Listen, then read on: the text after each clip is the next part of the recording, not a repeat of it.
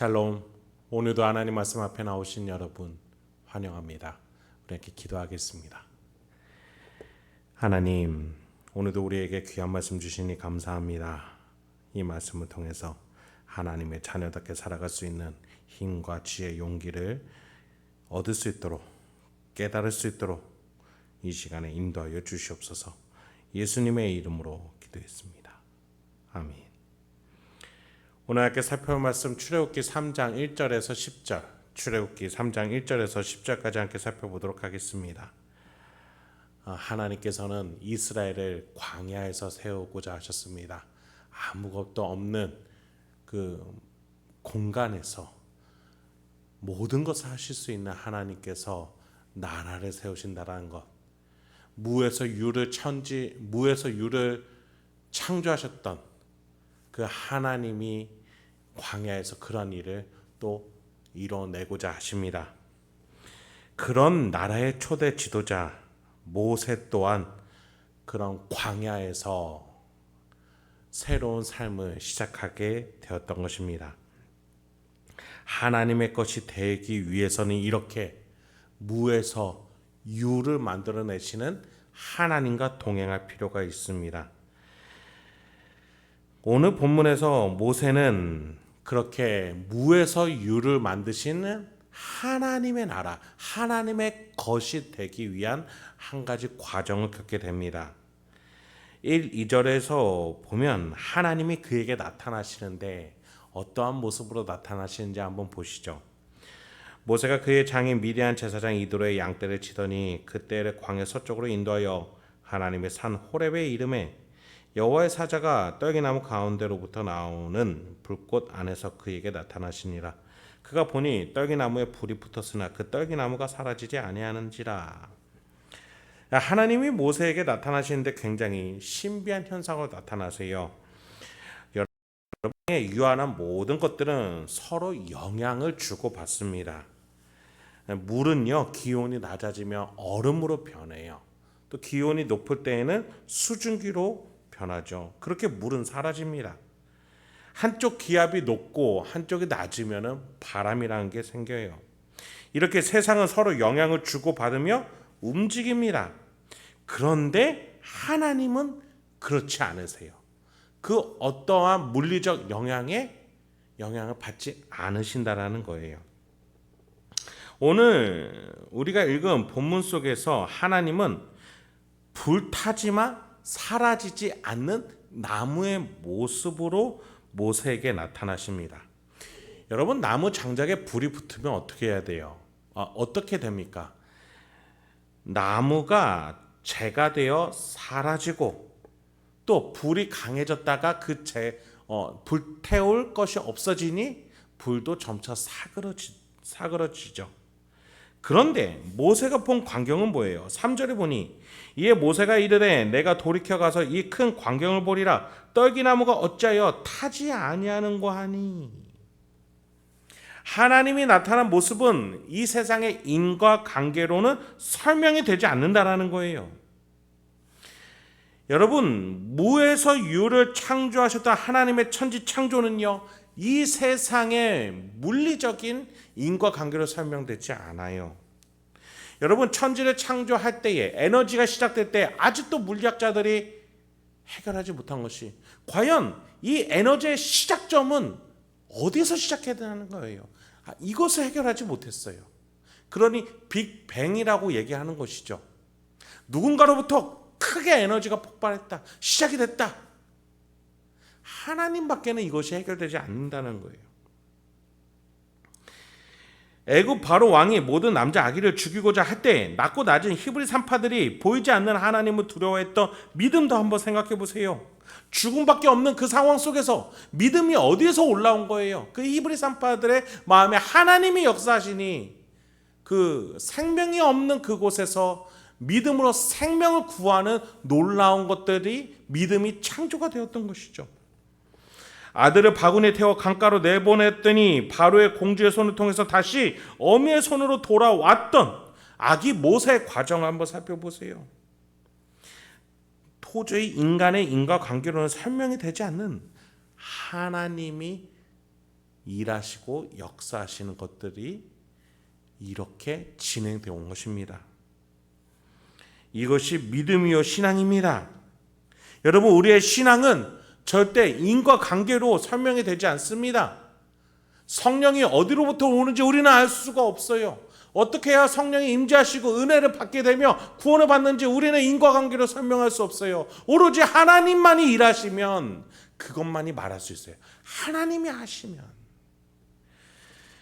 무에서 유를 만들어내시는 하나님이 역사하시면, 불타지만 사그라들지 않는 그 나무에 임하시는 하나님만이 역사하셔야만 우리는 은혜 받고 구원 받고 하나님의 일에 동참할 수 있는 거예요. 본문으로 다시 돌아오죠. 모세가 불타지만 사라지지 않는 나무를 바라볼 때 하나님이 당신 스스로를 이렇게 소개하십니다. 여호와께서 그가 보려고 돌이켜 오는 것을 보신지라 하나님이 떨기나무 가운데서 그를 불러 이르시되 모세야 모세야 하시매 그가 이르되 내가 여기 있나이다. 하나님이 이르되 이리로 가까이 오지 말라. 네가 선 곳은 거룩한 땅이니 네 발에서 신을 벗으라. 또 이르시되 나는 내 조상의 하나님이니 아브라함의 하나님 이삭의 하나님 야곱의 하나님이니라. 모세가 하나님 배웠기를 두려워하여 얼굴을 가리매. 하나님이 모세에게 이제 대화를 거시죠. 대화하고자 하세요. 몇 가지를 말씀해 주십니다. 첫 번째, 아브라함의 하나님, 이삭의 하나님, 야곱의 하나님이다 라고 소개하세요. 지금 모세 입장에서 이 세 명은요 500여 년 전의 사람들이에요. 지금 우리에게 적용하자면 조선시대 사람들인 거예요. 옛날 사람들의 하나님이다 이 뜻이에요. 자, 옛날 사람들의 하나님, 죽은 자들의 하나님, 과거의 하나님이라는 뜻일까요? 지금 여기서 하나님은 이 옛날의 사람들의 하나님을 부활시키셔서 지금 살아있게끔 하신 하나님이시다. 그걸 말하고 있는 거예요. 죽은 자를 일으키는 일은 이 세상 그 누구도 할 수 없는 일이에요. 죽음이라는 무에서 부활 생명이라는 유를 만들어내는 일, 가장 독특하죠. 가장 구별된 일이에요. 그래서 두 번째로 하나님이 네가 선 땅은 거룩하다, 구별되었다, 독특한 곳이다. 왜? 무에서 유를 창조해내는, 죽음에서 부활 생명을 세우는 나 여호와가 임재한 곳이니 이곳은 독특한 곳이다, 구별된 곳이다, 거룩한 곳이다, 무에서 유를 창조해내는 곳이다, 불타지만 사그라지지 않는 나무가 있는 곳이다, 나 여호와가 역사하는 곳이다. 그러니 너의 신을 벗어라. 너는 무에서 유를 만들 수 있는 존재가 아니다. 이 세상에 속한, 죄에 속한 사람이다. 이곳과는 다른 곳에 있는 자이니 신을 벗어라. 그 말씀을 하시는 거예요. 모세는 아직 하나님의 것이 아니에요. 하나님이 나중에 모세에게 하나님의 대리인으로서의 지팡이를 주세요. 하나님의 것이 된 사람이라는 뜻이죠. 그때 하나님의 것이 되는 거예요. 그런데 지금 모세는 아직이에요. 하나님의 것이 아니에요. 그래서 신을 벗어야 돼요. 하나님께 가까이 나올 수가 없는 거예요. 하나님은 지금 무에서 유를 창조해내는 이 하나님의 역사에 따라오라고, 나와 함께 하자고, 그러나 하나님의 것이 되기 위해서 잠시 거리가 있어야 된다고, 훈련받아야 된다고 그 말씀하고 계신 것이죠. 7절부터 계속 보겠습니다.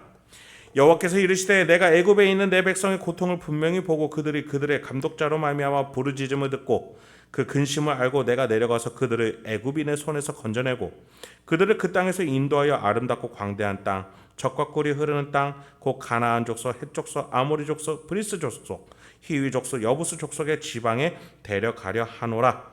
이제 가라. 이스라엘 자손의 부르짖음이 내게 달하고 애굽 사람이 그들을 괴롭히는 학대도 내가 보았으니 이제 내가 너를 바로에게 보내어 너에게 내 백성 이스라엘 자손을 애굽에서 인도하여 내게 하리라.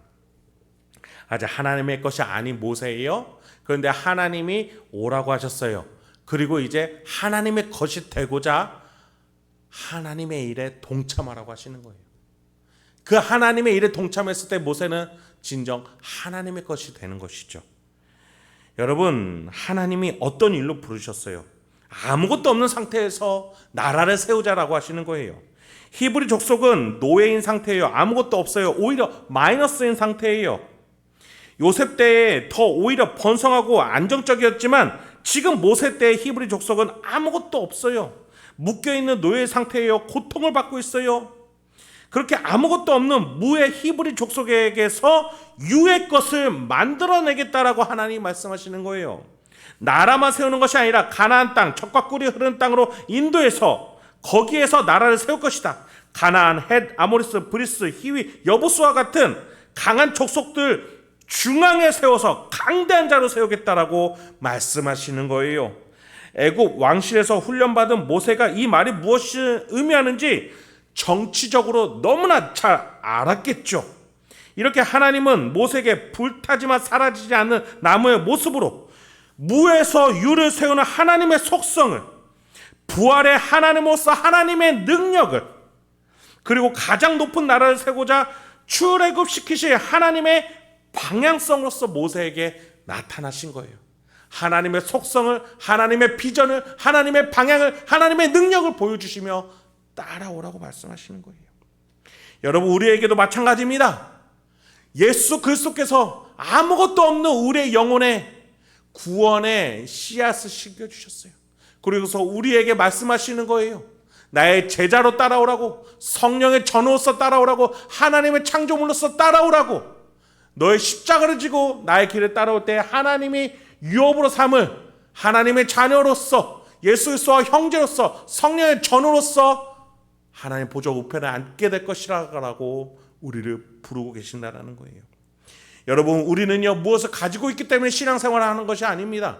우리가 무엇인가 내세울 수 있기 때문에 신앙생활을 하는 것이 아니에요. 무에서 유를 창조해내시는 하나님을 믿기 때문에 내가 가진 것이 하나 없는 죄인이고 약한 자고 병든 자인데, 그 약하고 병든 자 죄인을 부르러 오신 예수님의 사랑이, 하나님의 계획이, 성령의 임재가 우리를 놀랍게 풍성한 존재로서 세워주신다라는 것이죠. 그렇습니다. 여러분, 하나님은요 무에서 유를 창조하시는 놀라우신 분이에요.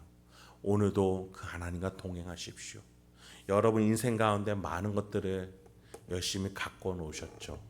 그러나 그것 또한 언젠가는 있다가도 없어지고 없다가도 생기는 것입니다. 우리가 진정으로 가져야 될 것, 무에서 유를 창조해내셔 나를 존재케 하신 하나님, 죄인의 모습으로서 아무 선한 것도 없지만 나를 십자가로서 구원하여서 내 안에 사랑이 있게끔 만들어주신 그 예수 그리스도, 아무것도 없는 지혜가 너무나도 모자란 우리에게서 성령 하나님 임재하셔서 끝없는 사랑으로 섬길 수 있도록 불러주신 그 성령 하나님, 그 삼위일체 하나님께서 우리를 무에서 아무것도 없는 존재에서 풍성한 사람으로 만들어 주셨어요. 오늘도 그 삼위일체 하나님과 동행하면서 성숙하고 풍성한 하루를 보내시는 저와 여러분 되길 소망합니다. 함께 기도하겠습니다. 하나님, 오늘도 우리에게 귀한 말씀 주시니 감사합니다.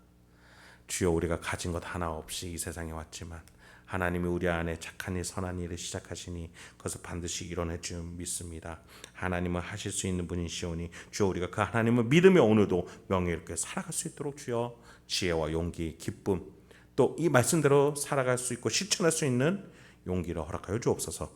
예수님의 이름으로 기도했습니다. 아멘.